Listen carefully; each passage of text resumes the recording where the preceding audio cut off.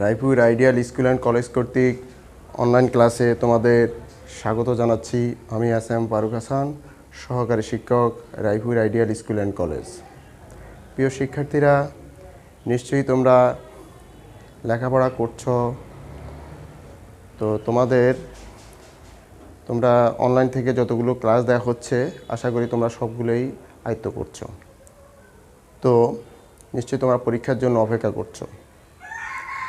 শিক্ষার্থীরা, তোমরা জানো গত মার্চ মাস থেকে শিক্ষা প্রতিষ্ঠান বন্ধ থাকার কারণে তোমাদের লেখাপড়া অনেকটা বিঘ্ন হয়েছে। তো বিঘ্ন যাতে না ঘটে এই জন্য তোমাদের সাজেশন দেওয়া হয়েছে। তোমরা সাজেশনটি ইতিমধ্যে সম্পূর্ণ করেছো। তো আজকে আমি আমার ক্লাস শুরু করতে যাচ্ছি। আজকে আমি তোমাদের ক্লাস নিব তৃতীয় শ্রেণীর গণিত। তোমরা আমি জানি ইতিমধ্যে তোমরা গণিত কমপ্লিট করে ফেলেছো, যদিও পুরো বইটি। তো আজকে আমি তোমাদের গণিত বইয়ের ভগ্নাংশ এবং পরিমাপ এই দুটি অধ্যায় নিয়ে তোমাদের যে সমস্ত সমস্যাগুলো রয়েছে এই সমস্যাগুলোর সমাধান করার চেষ্টা করব।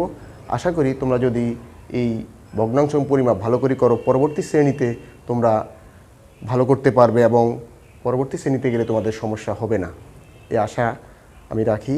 আমার ক্লাসটি শুরু করতে যাচ্ছি। তোমরা মনোযোগ সহকারে বই, খাতা, কলম নিয়ে আমার সাথে যুক্ত থাকো। তো আমরা আর কথা নয়, আমরা ক্লাসে যাচ্ছি। আজকের বিষয় হচ্ছে ভগ্নাংশ। আমি প্রথমে ভগ্নাংশ নিয়ে আলোচনা করছি। তোমরা মনোযোগ সহকারে দেখতে হবে। গণিত কিন্তু বুঝতে হলে তোমাদের মনোযোগ থাকতে হবে।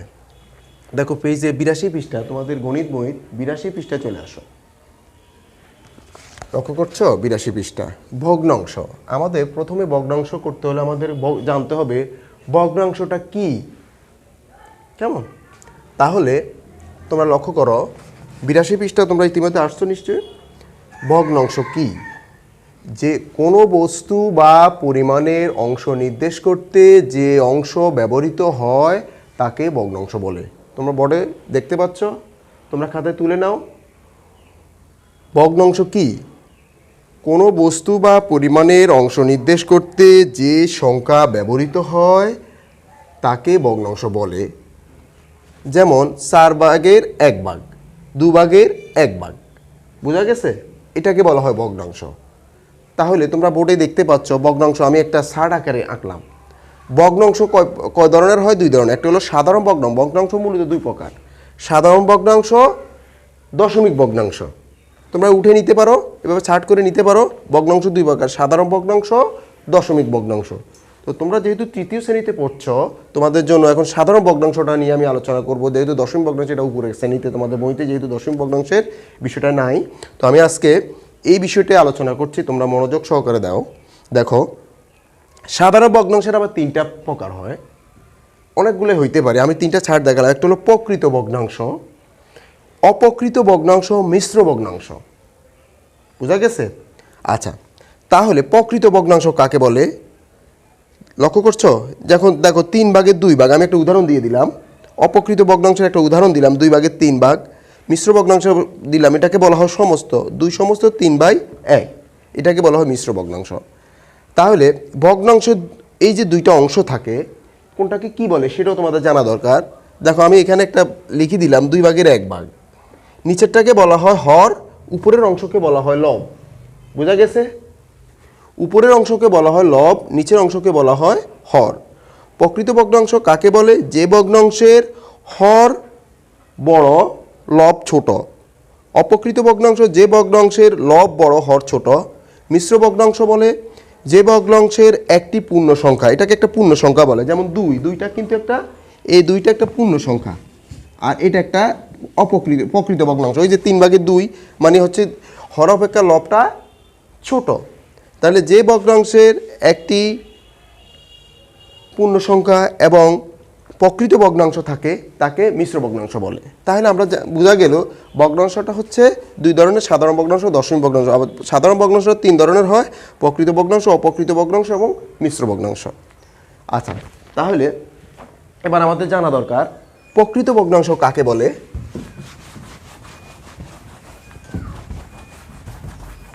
লক্ষ্য করো প্রকৃত ভগ্নাংশ কাকে বলে। বোর্ডে লক্ষ্য করো তোমরা।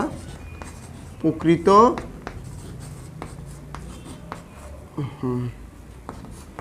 প্রকৃত ভগ্নাংশ লিখলাম প্রকৃত ভগ্নাংশ কাকে বলে? যে ভগ্নাংশের হর বড়, যে ভগ্নাংশের হর বড় এবং লব ছোট হয়, যে ভগ্নাংশের হর বড় এবং লব ছোট হয়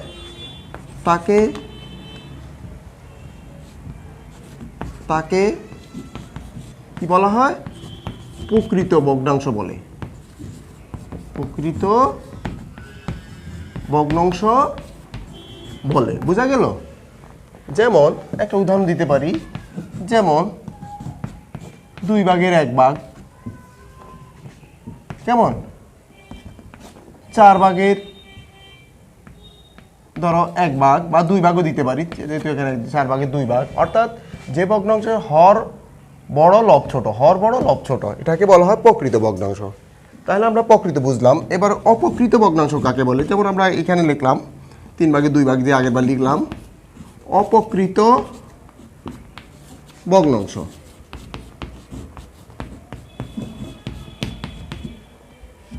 অপ্রকৃত ভগ্নাংশ, প্রকৃত ভগ্নাংশ বোঝা গেল তো? এবার অপ্রকৃত ভগ্নাংশ ঠিক উল্টাটা। যে ভগ্নাংশের হর বড়, আমি আগের বার বলেছিলাম, তাহলে তোমরা লিখবা যে ভগ্নাংশের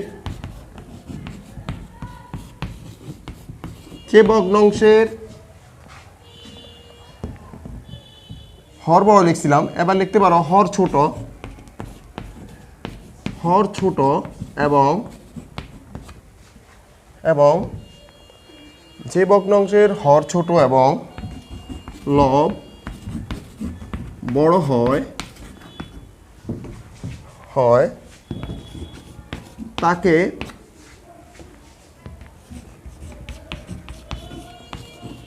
অপ্রকৃত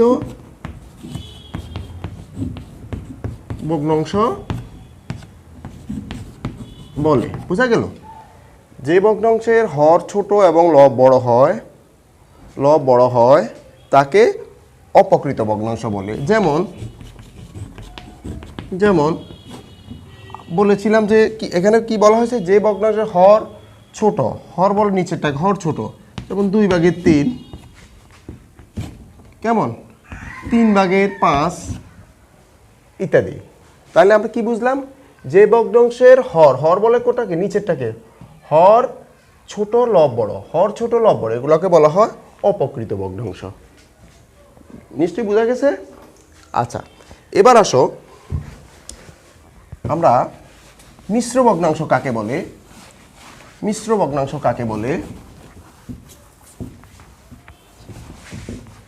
আগের বারে বলা হয়েছে মিশ্র ভগ্নাংশ হচ্ছে যে ভগ্নাংশের একটি পূর্ণ সংখ্যা এবং একটি প্রকৃত ভগ্নাংশ থাকে তাকে মিশ্র ভগ্নাংশ বলে।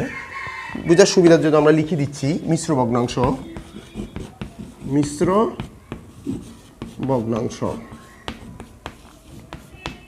লিখছ? মিশ্র ভগ্নাংশ যে ভগ্নাংশের একটি পূর্ণ সংখ্যা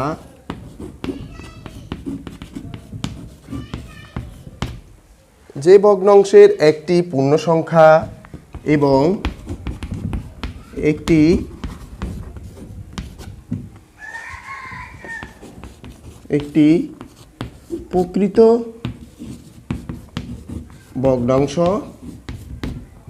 প্রকৃত ভগ্নাংশ থাকে তাকে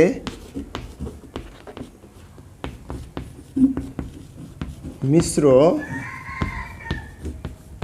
ভগ্নাংশ বলে। বোঝা গেছে শিক্ষার্থীরা? বুঝতে পারছো?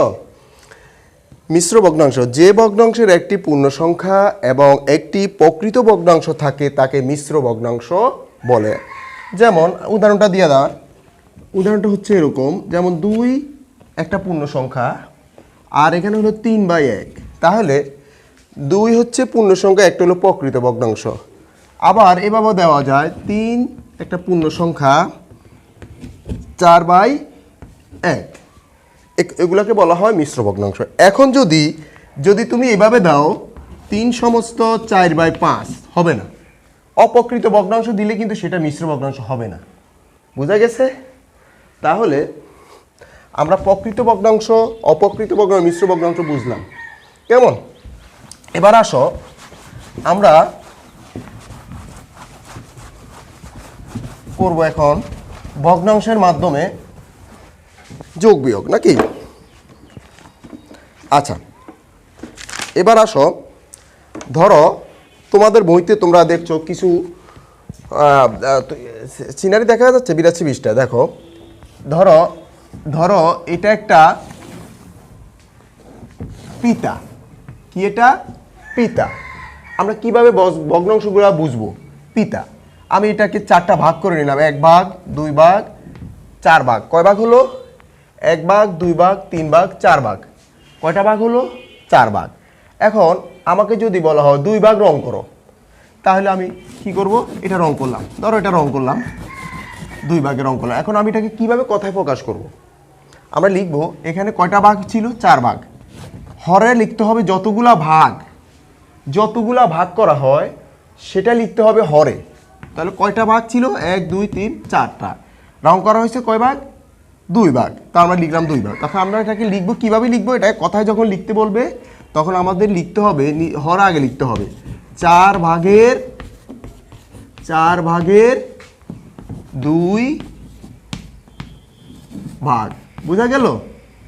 তাহলে আমরা এটাকে লিখবো 4 ভাগের 2 ভাগ। অর্থাৎ এর কথাকে লিখতে হলে আমরা এটা কিভাবে লিখবো? 4 ভাগের 2 ভাগ। আবার ধরো এটা একটা বৃত্ত, তাই না? এটা বৃত্ত। এই বৃত্তকে যদি আমি 2টা ভাগ করি, 2টা ভাগ করলাম, এখন আমি এটাকে কিভাবে লিখবো? ধরো এটা রং করলাম, তাহলে কিভাবে লিখবো? এটাকে কিভাবে লিখবো? এটা কয়টা ভাগ ছিল? 2টা ভাগ। 2 ভাগের 1 ভাগ।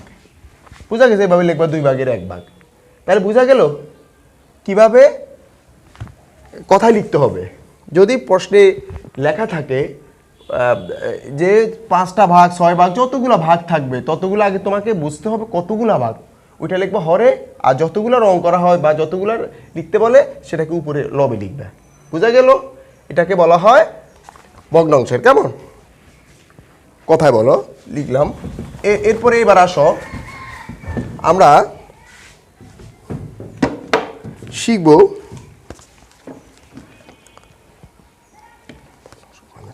হর ও লবকে কিভাবে ভগ্নাংশে রূপান্তর করা হয়। হর ও লবকে কিভাবে ভগ্নাংশে রূপান্তর করা হয়। তোমরা 88 পৃষ্ঠা চলে আসো। 88 পৃষ্ঠা লক্ষ্য করো, লেখা আছে লব 2 হর 5। এখন এটাকে ভগ্নাংশে রূপান্তর করতে হবে। কিভাবে ভগ্নাংশে রূপান্তর করবা? এটাকে আগের বারে বলছে লব কোথায় হয়? উপরে না নিচে? লব হয় উপরে, তাহলে আমরা 2 লিখবো উপরে। হর কোথায় হয়? হর হয় নিচে, তাহলে আমরা এটাকে কিভাবে বলবো? 5 ভাগ। কিছুক্ষণ আগে আমরা যে বললাম 5 ভাগের 2 ভাগ। এটাকে হর এবং লবকে ভগ্নাংশে রূপান্তর বলে। পরবর্তীতে দেখো, আমি তোমাদের জন্য আরেকটা দিচ্ছি, দেখি তোমরা পারো কিনা। হর 9 লব 5। বলো তো এটা কিভাবে হবে?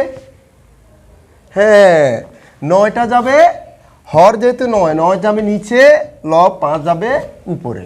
ভেরি গুড, বুঝতে পারছো তো এখন? আচ্ছা, এরপরে হর এবং লবের রূপান্তরের জন্য তোমাদের বইতে 93 পৃষ্ঠাতে নিজে করি যে একটা 1 নম্বর আছে না, এখানে সবগুলা তোমরা করে নিবা। এই যে লব 7 হর 9, তাহলে এটা হবে 9 ভাগের 7। হর 17 লব 5 কীভাবে হবে? হর কোথায় যায়, লব কোথায় যায়, তোমরা তো বুঝতে পারছো না? এভাবে এগুলো সবগুলো তোমরা বাসায় করবা। আচ্ছা, এবার আমরা হর ও লবকে ভগ্নাংশে রূপান্তর বুঝলাম। তাহলে এবার আমরা বুঝবো সমতুল ভগ্নাংশ। 2 নম্বর 93 পৃষ্ঠা 2 নং লক্ষ্য করো, তোমরা পৃষ্ঠা নম্বর 93 লক্ষ্য করো। 93 পৃষ্ঠা লক্ষ্য করছো? এখানে সমতুল ভগ্নাংশ আমরা আগে বুঝতে হবে সমতুল ভগ্নাংশ কি। সমতুল ভগ্নাংশ যেমন এখানে মনে করো লেখা আছে 6/5। কত? 6/5 এটাকে সমতুল ভগ্নাংশ বলা হয়। যদি বলে 3টি সমতুল ভগ্নাংশ রূপান্তর করো। সমতুল ভগ্নাংশ বলতে ওই ভগ্নাংশকে বলে যেই ভগ্নাংশকে একই সংখ্যা দ্বারা হর ও লবকে গুণ করা হয়। আমার কথা বুঝতে পারো নাই? ধরো তুমি 6/5 এটাকে সমতুল ভগ্নাংশে রূপান্তর করবে একই সংখ্যা দ্বারা। ধরো তুমি যদি 1 দ্বারা করো, 1 দ্বারা করলে তোমার সমতুল ভগ্নাংশ হবে 6 6, 5 5। কীভাবে বুঝলাম? আমি যে ভগ্নাংশটা তোমাকে লিখছি প্রশ্নের, এটাকে একই সংখ্যা দ্বারা হর এবং লবকে গুণ করলে যে ভগ্নাংশ পাওয়া যায় সেটাই হলো সমতুল ভগ্নাংশ। তোমরা প্রশ্নে লিখতে পারো সমতুল ভগ্নাংশ কাকে বলে? যে ভগ্নাংশের হর এবং লবকে একই সংখ্যা দ্বারা গুণ করা হয়। যে ভগ্নাংশের হর এবং লবকে একই সংখ্যা দ্বারা গুণ করার পরে যে ভগ্নাংশ পাওয়া যায় তাকে সমতুল ভগ্নাংশ বলে। তাহলে আমি পাইলাম, এটা একটা লিখলাম। আবার এটাকে আবার দ্বিতীয়বার আবার করব 6/5। আমি যদি এবার 2 দিয়ে করি, পরে আবার করব 6/5, এটাকে আমি 3 দিয়ে করব। বুঝা গেছে? তাহলে 6 দুগুণে নিচে হয় 12, গুণ করতে হবে 5 দুগুণে 10। আবার দেখো 3 6 18, আবার 3 5 15। তাহলে আমরা কয়টা ভগ্নাংশ পাইলাম? তিনটা। যদি বলা হয় এটা এখানে লেখা আছে প্রশ্নে, নিচের ভগ্নাংশ 3টি করে সমতুল ভগ্নাংশ লেখো, তাহলে 6/5 হলো আমার মূল সংখ্যা, তাই না? মূল ভগ্নাংশ। এটাকে আমি প্রথমবার করার পরে পাইছি একটা ভগ্নাংশ, পরের বার আবার 2 দ্বারা গুণ করার পরে পাইছি আরেকটা ভগ্নাংশ, তারপরে এটা 3 দ্বারা করার পরে পাইছি আরেকটা ভগ্নাংশ। তাহলে আমার 6/5, 12/10, 18/15 এই তিনটাই হলো এই 6/5-এর সমতুল ভগ্নাংশ। আশা করি বুঝতে পারছো। এরপরে তোমাদের 93 পৃষ্ঠা 2 এর এইগুলো সব তোমরা করে নিবা, করে তোমরা 2-3 বার করে করবা, তাইলে তোমার বুঝতে প্রথমে একটু কষ্ট হবে, বুঝতে আশা করি পারবে। এরপরেও সমস্যা হলে আমাকে আমার মোবাইল নম্বর দেওয়া আছে, জানাবে কেমন। যদি সমস্যা হয় তোমরা লিখে তোমার আম্মুকে দেখাবে। আচ্ছা, তাহলে সমতুল ভগ্নাংশ বোঝা গেল তো? এভাবে সমতুল ভগ্নাংশগুলো করতে হবে। আচ্ছা, এবার আসো আমরা সমতুল ভগ্নাংশ যেহেতু বুঝলাম, এরপরে লক্ষ্য করো সমতুল ভগ্নাংশ আমরা করলাম। এরপরে তোমরা 88 পৃষ্ঠার সমতুল ভগ্নাংশগুলো করে নিবা। 88 পৃষ্ঠা 2 এর মধ্যে লেখা আছে, আমি আবার আরেকটা দেখাই। দেখো 5/এর কত আছে, কিছুক্ষণ আগে আমি দেখালাম 5/1, ওই ঠিক আগের মতো এটাকে 1 দিয়ে করবা, 2 দিয়ে করবা, 3 দিয়ে করবা। প্রথমে 1 দিয়ে যদি করো, কেমন 1 দিয়ে করলাম নাকি, 1 দিয়ে করলাম, 1 দিয়ে করলে আমার অর্থাৎ ভগ্নাংশের কোনো পরিবর্তন হয়েছে? পরিবর্তন হয় নাই। এরপরে 2 দিয়ে করলাম, 1-এর সাথে 2 এরে, 5-এর সাথেও 2 এরে। এরপরে 3 দিয়ে করলাম, 1-এর সাথে 3, 5-এর সাথেও 3। তাহলে আমরা কয়টা ভগ্নাংশ পারলাম? 5 দুগুণে 10, 2 একে 2, 3 5 15, 3 একে 3। তাহলে আমরা 5/1-এ 3টা সমতুল ভগ্নাংশ, 1টা 2টা 3টা পাইলাম। এই 3টি হলো 5/1-এর সমতুল ভগ্নাংশ। বুঝতে পারছো? তাহলে তোমরা কি করবে? 88 পৃষ্ঠার 2-এরগুলো করে নিবা।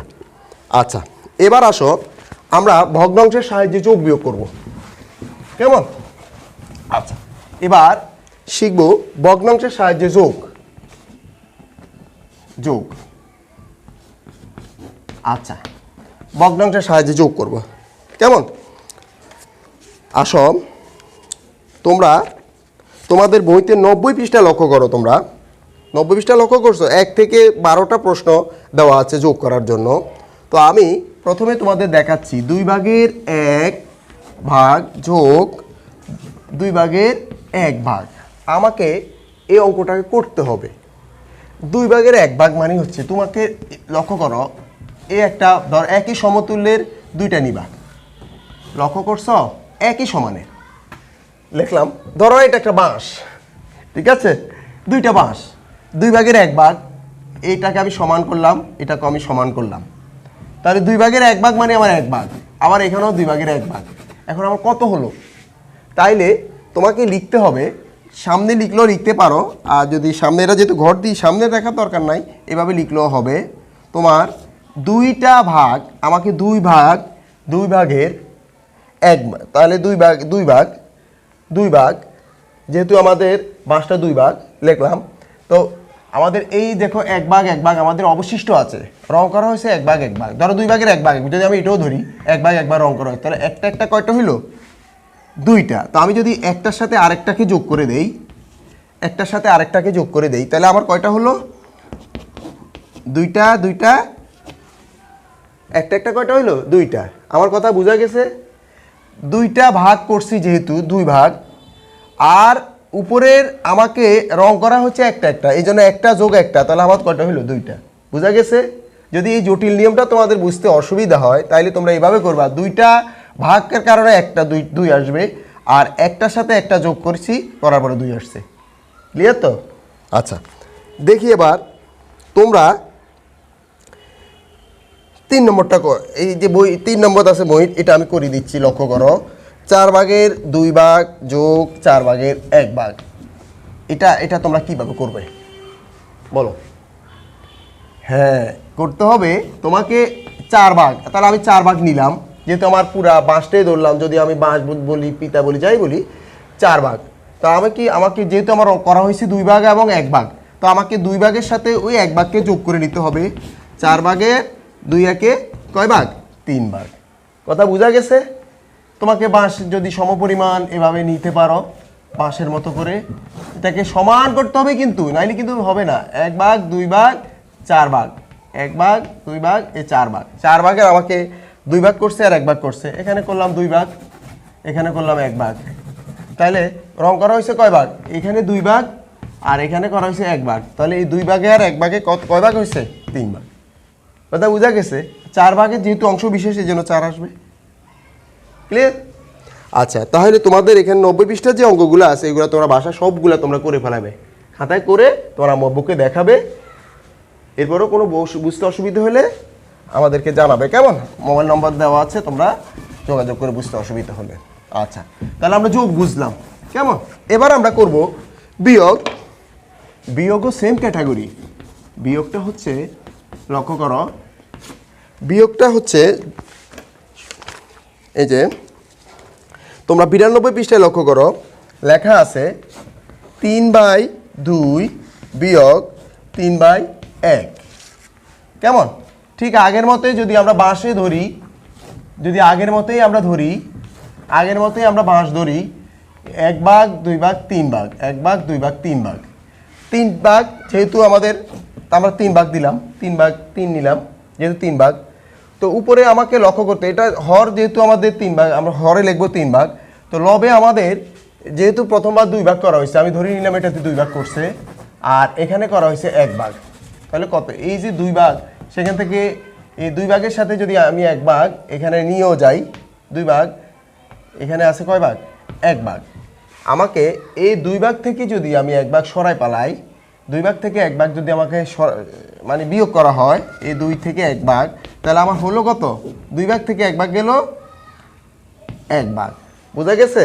অর্থাৎ বিয়োগ করবে, সেম ক্যাটাগরিতে বিয়োগ করবে, অর্থাৎ 2 ভাগ থেকে, এই 2 ভাগ থেকে তোমাকে কি ওই যে এর 1 ভাগ নিলাম না, তো 1 ভাগ আমি মুছে দিলাম, তাহলে শেষ পর্যন্ত 1 ভাগ, যেভাবে আমরা বুঝতে পারি। অথবা 3 ভাগ থেকে, এই যে 2 ভাগ থেকে 1 ভাগ চলে যাবে। সোজা কথা হলো, বাস না হয় তোমাকে হর যেহেতু 3 ভাগ করা হয়েছে 3 আসবে, আর উপরে 2 ভাগ থেকে 1 ভাগ সরা ফেলাইতে হবে, বিয়োগ করতে হবে, তাইলে আসবে। এভাবে বিয়োগের এখানে যতগুলো বিয়োগ দেওয়া আছে সবগুলো আসবে। এরপরে আরেকটা অঙ্ক আছে, দেখো 12 নম্বর। তোমরা হয়তো অনেকে লক্ষ্য করছো, স্যার এটা কিভাবে করবে? লক্ষ্য করো, 9/4। দেখো, সবসময় একটা কথা মনে রাখবে, ভগ্নাংশ করতে কোনো পূর্ণ সংখ্যা, এটা একটা পূর্ণ সংখ্যা, কোনো একটা সংখ্যা যদি পূর্ণ সংখ্যা থাকে, তোমাকে মনে মনে ধরে নিতে হবে আমার এই পূর্ণ সংখ্যাটা লবে। কোথায় আছে? লবে আছে, অর্থাৎ উপরে আছে, এর নিচে মনে মনে 1 আছে, কিন্তু এটা লিখতে হবে না, মনে মনে 1 তোমাকে কল্পনা করে নিতে হবে। তাহলে তোমাকে ওই যে আমি বাঁশের হিসাবে ধরলাম, তাহলে আমাকে 1 যাতেই থাকুক আমাকে 9 ভাগ ধরে নিতে হবে। কয় ভাগ? 9 ভাগ। আমাকে কল্পনা করতে হবে ওই 1-এর সাথে যেটাই আসুক আমাকে 9 ভাগ কল্পনা করতে হবে, 9, অর্থাৎ 9 ভাগ হিসাব করতে হবে আমাকে। 1 ভাগ মনে মনে আমি কল্পনা করব, কিন্তু সেটা লেখার দরকার নাই। তাহলে আমাকে কি করতে হবে? এখন আমি কিভাবে বিয়োগ করব? ওই যে 9 ভাগ থেকে 4 ভাগ, তোমাকে কল্পনা, যেহেতু আমার 9 ভাগ আসছে, 9 ভাগ থেকে আমাকে 4 ভাগ সরাই ফেলাইতে হবে। আমাকে 9 ভাগ, কল্পনা যেহেতু আমি 9 ভাগ কল্পনা 1 করলো, 1-এর সাথে 9 দিয়ে করলে আমার 9 হবে। তবে তাহলে আমাকে কি করতে হবে, 9টা ভাগ থেকে, কারণ 1 থেকে তো 4 যায় না, তাই না, 9 থেকে 4 ভাগ আমাকে বাদ দিতে হবে। তাহলে বাদ দিলে 9টা থেকে 4টা গেলে আমার কত হচ্ছে, 5টা। কথা বোঝা গেছে? এবারে 1 থাকুক 2 থাকুক যাই থাকুক, আশা করি তোমরা নিশ্চয়ই পারবে। তো 92 পৃষ্ঠার এই অঙ্কগুলো সবগুলা তোমরা করে নেবে। এরপরে দেখো 94 পৃষ্ঠাতে যোগ বিয়োগের অনেকগুলো রয়েছে একই রকম, যোগ এবং বিয়োগের এই সবগুলো তোমরা বাসায় করবে। করার পরে তোমার মা বাবাকে দেখাবে, আশা করি তোমরা নিশ্চয়ই পারবে। অত্যন্ত সহজ ভগ্নাংশের অঙ্কগুলো। এবার দেখো তোমরা যে এতক্ষণ যোগ বিয়োগ গুণ ভাগ করলে, আমি তোমাদের একটা সৃজনশীল তৈরি করে দিলাম, দেখি তোমরা এই সৃজনশীলটা তোমরা পারো কিনা। সৃজনশীল, লক্ষ্য করো সৃজনশীল কিভাবে করবে, লক্ষ্য করো।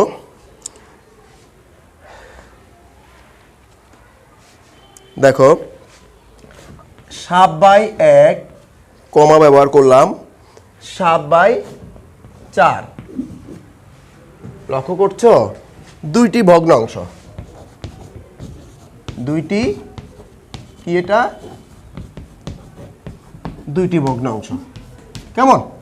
আচ্ছা, তাহলে তোমার ক নম্বর প্রশ্নে লেখা হলো ভগ্নাংশ কাকে বলে। ভগ্নাংশ কাকে বলে, ভগ্নাংশ কাকে বলে। খ, ভগ্নাংশ দুটি যোগ করো, ভগ্নাংশ দুটি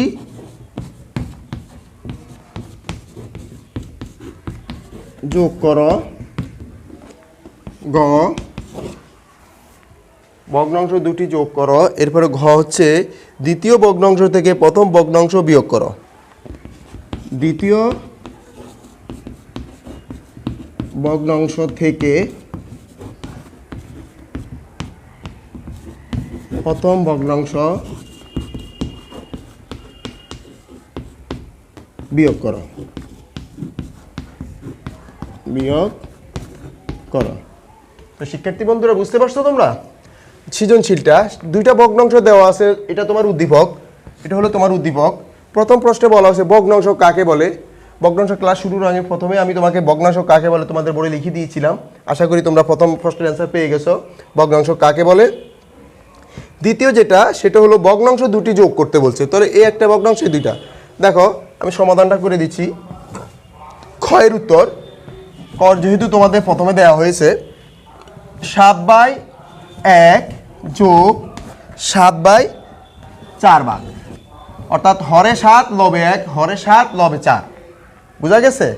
ওই আগের মতো 7 ভাগ, যেহেতু আমার বাঁশ হিসাবে যদি আমি কল্পনা করি 7 ভাগ যেহেতু আমার, তো আমাকে 7 আগে লবের থেকে 7 নিতে হবে।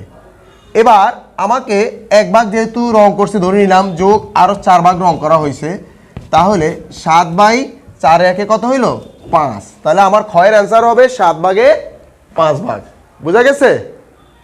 আচ্ছা, যেহেতু তোমরা বুঝতে পারছো, এবার ক্ষয়ের পরে আমরা ঘ নম্বর বলছে দ্বিতীয় ভগ্নাংশ থেকে প্রথম ভগ্নাংশ বিয়োগ করো।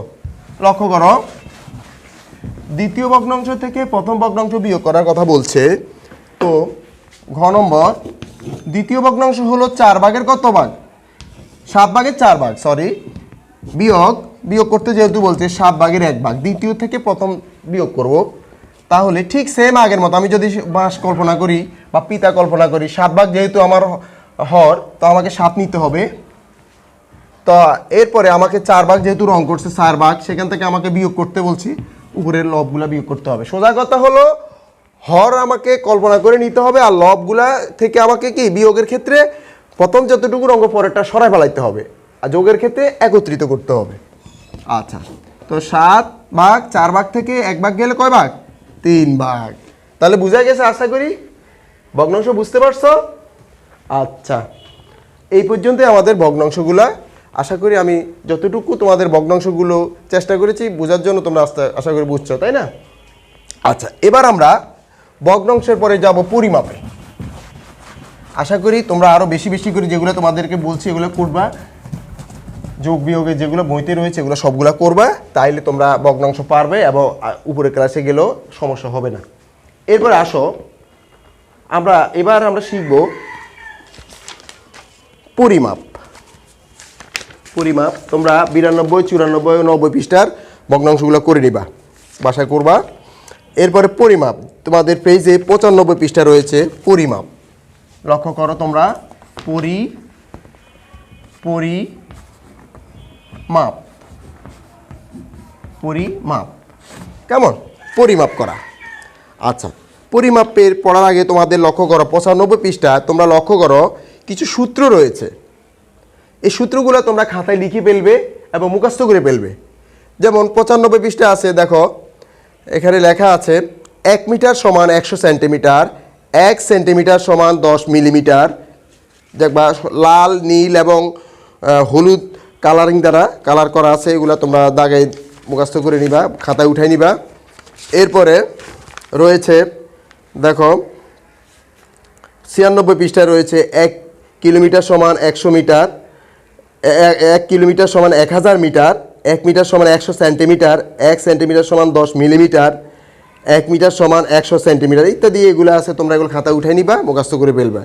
1 সেন্টিমিটার সমান 10 মিলিমিটার, 1 কিলোমিটার সমান 1000 মিটার, এগুলো সব তোমরা খাতায় উঠাই নিবা। এরপরে 1 কিলোগ্রাম সমান 1000 গ্রাম। এরপরে রয়েছে এগুলা ভালো করে করার পরে রয়েছে 1 কিলোগ্রাম সমান 1000 গ্রাম। 101 পৃষ্ঠায় রয়েছে 60 সেকেন্ড সমান 1 মিনিট, 60 মিনিট সমান 1 ঘন্টা, 24 ঘন্টা 1 দিন, 7 দিনে 1 সপ্তাহ, 365 দিনে 1 বছর। এই যে তোমাদের সোজা কথা হলো যতগুলো সূত্র দেওয়া আছে 1 মিনিট সমান 60 সেকেন্ড তোমরা লিখছো নাকি? আচ্ছা, তোমাদের 95 পৃষ্ঠা থেকে 101 পৃষ্ঠায় যতগুলো সূত্র রয়েছে সবগুলোকে তোমরা খাতায় উঠাই নিবা, খাতায় উঠাই নিয়ে লিখবে, লিখে এরপরে মুখস্থ করে ফেলবা, কারণ এগুলা তোমাদের অঙ্ক করতে গেলে সূত্র লাগবে। কেমন? আচ্ছা, তাহলে আমরা পরিমাপ চ্যাপ্টারে তোমরা চলে আসো। আমরা পরিমাপের খেয়াল রাখবা, আমরা দৈর্ঘ্য যখন পরিমাপ করি দৈর্ঘ্যের পরিমাপের একক হচ্ছে মিটার, ঠিক না? ঠিক তেমনিভাবে ওজন পরিমাপের একক হচ্ছে গ্রাম। এরপরে তোমাদের কি বলে সময় পরিমাপের একক হচ্ছে ঘন্টা, মিনিট, সেকেন্ড। এটা তো আমরা জানলাম। কেমন? বইতে তোমাদের আছে, এগুলো শিখবে। তো আমি 104 পৃষ্ঠা চলে আসো, তোমাদের পৃষ্ঠা নম্বর 104 পৃষ্ঠা। 4 পৃষ্ঠায় লক্ষ্য করো লেখা আছে মিটারে প্রকাশ করি। ধরো এখানে লেখা আছে 5 কিলোমিটার। কিলোমিটার, আচ্ছা 5 কিলোমিটার কিসে প্রকাশ করতে বলছে? মিটারে। তাহলে তোমরা সূত্রে শিখছো 1 কিলোমিটার, যেহেতু এখানে 5 কিলোমিটারকে কিসে নিতে হবে? মিটারে প্রকাশ করার কথা বলছে। তাহলে তোমাকে ডাইরেক্টলি লিখতে হবে 5 কিলোমিটার। আমাকে আগে জানতে হবে 1 কিলোমিটারে কত মিটার। মিটারে প্রকাশ করতে বলছে। তোমাদের সূত্রটা তোমরা খাতায় যখন পরিষ্কার করে উঠায় মুখস্থ করো তখন অটোমেটিকলি তোমাদের মুখস্থে চলে আসবে। এই যে তোমাদের মিটারটা রয়েছে, এই যে 96 পৃষ্ঠায় লক্ষ্য করো সূত্রে লেখা আছে 1 কিলোমিটার সমান হলো 1000 মিটার। 1 কিলোমিটারে কত মিটার? 1000 মিটার। তাইলে তুমি ডাইরেক্টলি লিখে দিতে পারো 5 গুণ 1000। এতক্ষণ ছিল কিলোমিটার, এখন হয়ে যাবে কি মিটার। মিটার। তাহলে 5 দ্বারা যখন গুণ করো 5 শূন্য 0, 5 শূন্য 0, 5 শূন্য 0, 5 একে 5, 5000 কি হয়ে যাবে? মিটার। কিন্তু এই যেটা মিটার পালাম এটা কিভাবে পেলাম এটাকে তুমি একটু দেখাই দিতে হবে। এখানে লিখে দিবা 1 কিলোমিটার সমান 1 কিলোমিটার সমান 1000 মিটার। বুঝতে পারছো নি?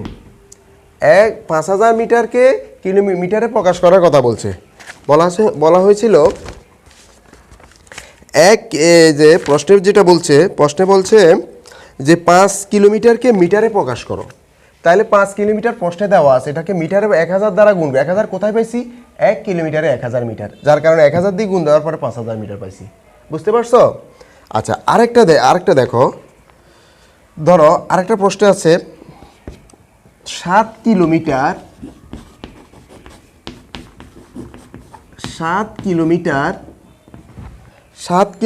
250 মিটার।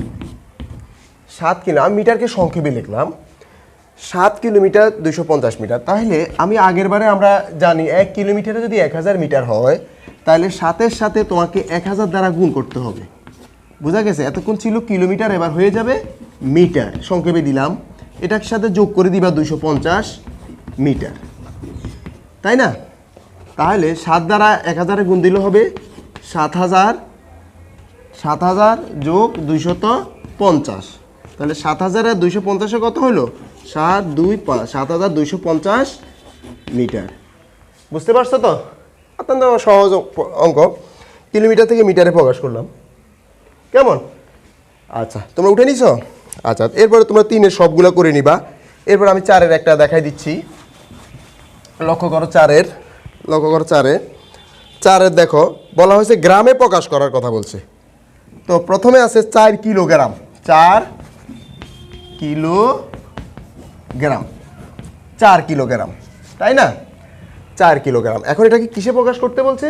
গ্রামে। ঠিক আগের মতোই লিখবা, 4 দ্বারা তোমাকে গুণ করতে হবে কি? 1000 দ্বারা। 1000 কোথায় পেলাম আমি বুঝাই দিচ্ছি। এতক্ষণ ছিল কিলোগ্রাম, এবার হয়ে যাবে গ্রাম।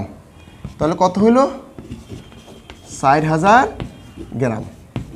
প্রশ্ন হচ্ছে 1 কিলোগ্রাম, অর্থাৎ এই যে 1 কিলোগ্রামে 4000 গ্রাম, 4 কিলোগ্রামে বলছে গ্রামে প্রকাশ করো। তো 4 কিলোগ্রামে 1000 দিয়ে গুণ দেওয়ার পরে গ্রাম হয়েছে। তার মানে হলো 1 কিলোগ্রাম, আমি সংক্ষেপে লিখলাম কিলোগ্রামটা, 1 কিলোগ্রাম সমান 1000 গ্রাম। যার কারণে কিলোগ্রামকে গ্রামে প্রকাশ করছি, 1000 দ্বারা গুণ দিচ্ছি। বুঝছো? সূত্রগুলো তোমরা সব মুখস্থ করবা এবং খাতায় লিখে দিবে। খাতায় সবগুলো কি করবে? লিখবে। আচ্ছা, প্রশ্ন লক্ষ্য করো, এই যে প্রশ্নে লেখা আছে 100 পৃষ্ঠাতে লেখা আছে 1 কিলোগ্রামে 1000 গ্রাম, অর্থাৎ 1 কিলোগ্রাম, কিলোগ্রাম থেকে গ্রামে নিতে হলে 1 কিলোগ্রামে যদি 1000 গ্রাম হয়, 1000 দিয়ে গুণ দেওয়ার পরে 4000 গ্রাম হইল। বুঝতে পারছো তো? আচ্ছা, এরপরে ওই ঠিক আগের মতোই পরে দ্বিতীয়টা 7 কিলোগ্রাম 300 গ্রাম, ওইটা যোগ করে দিবে। কিলোগ্রাম করার পরে গ্রামকে যোগ করে দিবে। তো 4-এর সবগুলা তোমরা করে নিবে। এরপরে 5-এরও আমি একটা দেখাই দিচ্ছি। 5-এরটা লক্ষ্য করো, 5-এ আছে 15 মিটার, 15 মিটার। প্রশ্নে বলছে সেন্টিমিটারে প্রকাশ করো। তাহলে সেন্টিমিটারে যদি প্রকাশ করতে হয় 15-এর সাথে 100 দিয়ে গুণ করতে হবে। এতক্ষণ ছিল মিটার, এবার হয়ে যাবে সেন্টিমিটার। আমি সংক্ষেপে লিখলাম সেন্টিমিটার। এখানেও ঠিক একই রকম লিখবা, 1 মিটারে কত সেন্টিমিটার? 1 মিটার মানে হচ্ছে 100 সেন্টিমিটার। বুঝা গেছে? তাহলে 15 দ্বারা গুণ করলে কি হবে? 15 0 0 15কে 1500 সেন্টিমিটার। তোমরা ইচ্ছা করে রাফ করে নিবে 15 সেন্টিমিটার। অত্যন্ত সহজ। কেমন? আচ্ছা, তোমরা বুঝতে পারছো? কেমন? আচ্ছা, এরপর আমি আরেকটা দেখাই। এরপরে তোমাকে এখানে বলা হয়েছে ধরো 20 মিটার 25 সেন্টিমিটার। ঠিক ওই যে সেন্টিমিটারে যোগ করে দিবা, সেন্টিমিটার পাওয়ার পরে 30 মিটার। এরপরে মিলিমিটারে প্রকাশ করতে বলছে, অর্থাৎ মিটার থেকে মিলিমিটারে যাইবে, সেন্টিমিটারে যাবে, এভাবে পর্যায়ক্রমে করে নিবে। তো তোমরা 3 4 5 6 এগুলা সবগুলা তোমরা বাসায় করবা। কেমন? তো আশা করি তোমরা বুঝতে পারছো তো? আচ্ছা, এবার তোমরা যে সেন্টিমিটারগুলা করছো, এবার আমি তোমাদের একটা অঙ্ক দেখাচ্ছি। লক্ষ্য করো, তোমাদের বইয়ের 105 পৃষ্ঠা চলে আসো। 105 পৃষ্ঠায় লক্ষ্য করছো? আচ্ছা, এখানে লক্ষ্য করো, বলছে মিজান, লক্ষ্য করো, মিজান সাহেব হাঁটতে বের হন 6টা 10টায়। 6 এখানে ইস্টু দ্বারা বোঝানো হয়েছে এটা ঘন্টা। 6 ঘন্টা 10টা মানে 10 মিনিট আর কি, 6টা 10-এ, এবং ফিরে আসেন 6টা 55টা আর কি। মিজান সাহেব কতক্ষণ হাঁটেন? তাহলে শেষ সময়টাকে আগে লিখবে, ফিরে আসেন। তাহলে লিখবা ফিরে আসেন, ফিরে আসেন, ফিরে আসেন, ফিরে আসেন 6 ঘন্টা কত? এটাকে আমরা যদি ঘন্টার হিসাবে করি, ফিরে আসেন আমরা এটাকে ঘন্টা হিসাবে লিখি 6 ঘন্টা 55 মিনিট। আমরা এটাকে এভাবে লিখতে পারি। তারপরে হাঁটতে বের হন, হাঁটতে বের হন হাঁটতে বের হন 6 ঘন্টা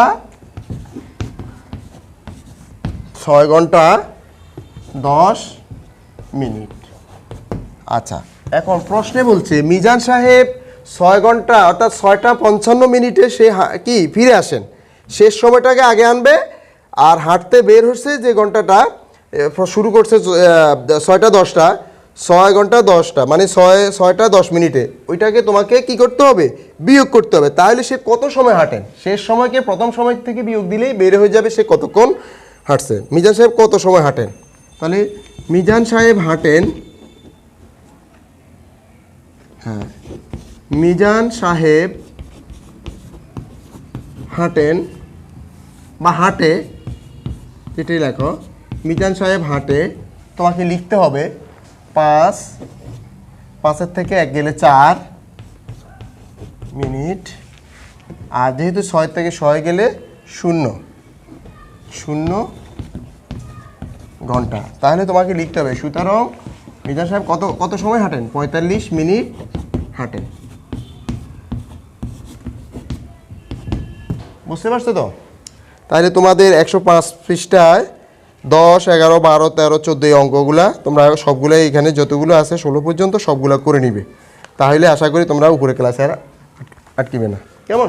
উপরে ক্লাসে তোমরা সুন্দর করে লিখতে পারি। এরপরে তোমরা যে এতক্ষণ পর্যন্ত যে পরিমাপ অঙ্কগুলো করলে, আমি ছোট একটা সৃজনশীল তৈরি করে দিলাম, দেখি তোমরা এটা পারো কি না।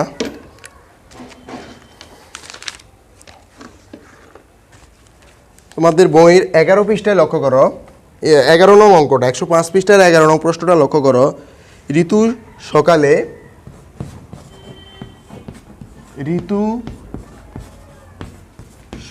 তোমরা তুলে নাও, ঋতু সকালে 2 ঘন্টা 20 মিনিট 2 ঘন্টা 20 মিনিট এবং রাতে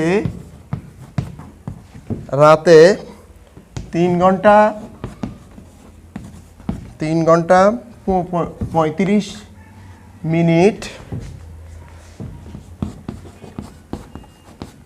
মিনিট পরে। লক্ষ্য করছো? ঋতু সকালে 2 ঘন্টা 20 মিনিট এবং রাতে 3 ঘন্টা 35 মিনিট পরে। এই হলো তোমার উদ্দীপক। এখন প্রথম প্রশ্ন, সে সময়ের একক কি? সময়ের একক কি? প্রথম প্রশ্ন। তৃতীয় প্রশ্ন, সে প্রতিদিন কত সময় পড়ে? সে প্রতিদিন কত সময়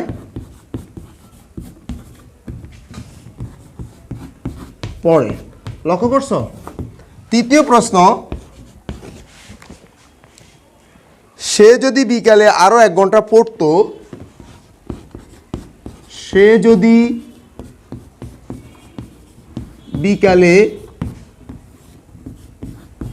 আরো 1 ঘন্টা পড়তো,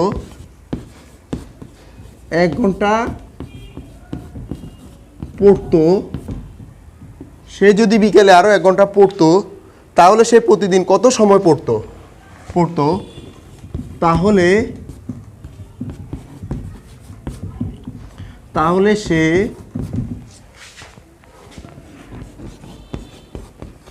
প্রতিদিন কত সময় পড়তো? বুঝতে পারছো নি? প্রশ্নটা লক্ষ্য করো। প্রশ্নে বলা হয়েছে ঋতু সকালে 2 ঘন্টা 20 মিনিট এবং রাতে 3 ঘন্টা 35 মিনিট পড়ে।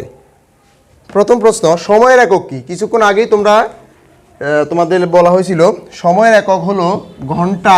আমি লিখে দিচ্ছি, তোমরা লক্ষ্য করো, ঘন্টা, মিনিট, সেকেন্ড, এগুলো হচ্ছে সময়ের একক। বুঝতে পারছো? সময়ের একক হচ্ছে ঘন্টা, মিনিট, সেকেন্ড। তাহলে প্রথম প্রশ্ন আমরা পেয়ে গেলাম। প্রথম প্রশ্নের অ্যান্সার হচ্ছে ঘন্টা, মিনিট, সেকেন্ড। সে কত সময় পড়ে? আচ্ছা, সে কত সময় পড়ে? সে সকালে পড়ছে 2 ঘন্টা 20 মিনিট, রাতে পড়ছে 3 ঘন্টা 35 মিনিট। এখন তোমাকে কত সময় সে পড়ালেখা করে এটা বার করতে হলে তোমাকে লিখতে হবে সকালে পড়ে, এভাবে লিখবে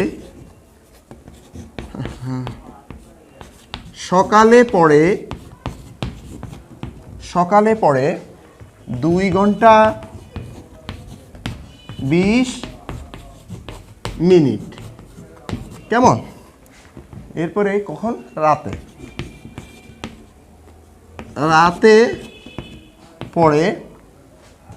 রাতে পড়ে 3 ঘন্টা কত মিনিট? 3 ঘন্টা 35 মিনিট। এটাকে যোগ করতে হবে। তাহলে সে কতক্ষণ পড়ে? তাহলে সে প্রতিদিন পড়ে,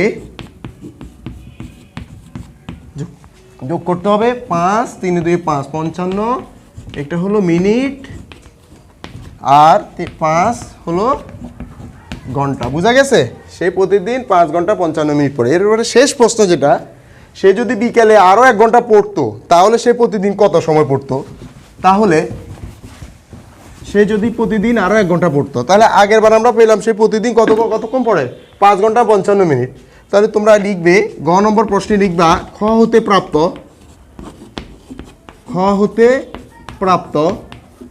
কি প্রাপ্ত? সে প্রতিদিন 5 ঘন্টা 55 মিনিট পড়ে। তাহলে এটা লিখবা সে প্রতিদিন 5 ঘন্টা 55 মিনিট কি করে? পড়ে। আচ্ছা, এখন সে যদি আরও 1 ঘন্টা বেশি পড়তো, এটা সাথে যোগ করে দিতে পারো, আরও বেশি পড়তো, বা বিকালে উল্লেখ করতে পারো, বিকালে যদি দিতে পারো, বিকালের কথা উল্লেখ আছে, বিকালের কথা যেহেতু উল্লেখ আছে তাহলে বিকালে লিখবা সে বিকালে আরও, বা বিকালে পড়তে লিখলে হবে, পড়তো লেখো, বিকালে পড়তো 1 ঘন্টা। যেহেতু মিনিটের উল্লেখ নাই, তুমি মিনিটের নিচে তোমরা 0 দিতে পারো, মিনিটের ডট দাও, এরপরে যোগ করে দিবে।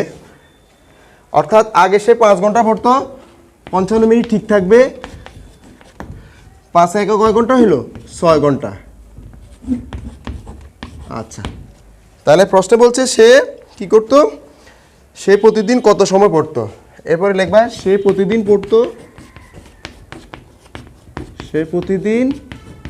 পড়তো 6 ঘন্টা 55 মিনিট।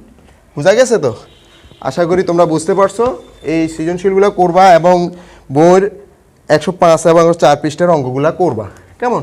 করলেই তোমরা আশা করি পরিমাপ সম্পর্কে তোমাদের সমস্যাগুলা সমাধান হয়ে যাবে। আশা করি উপরের ক্লাসে যখন তোমরা ক্লাস 4-এ উঠবে তখন তোমরা আর সমস্যার সম্মুখীন হবে না।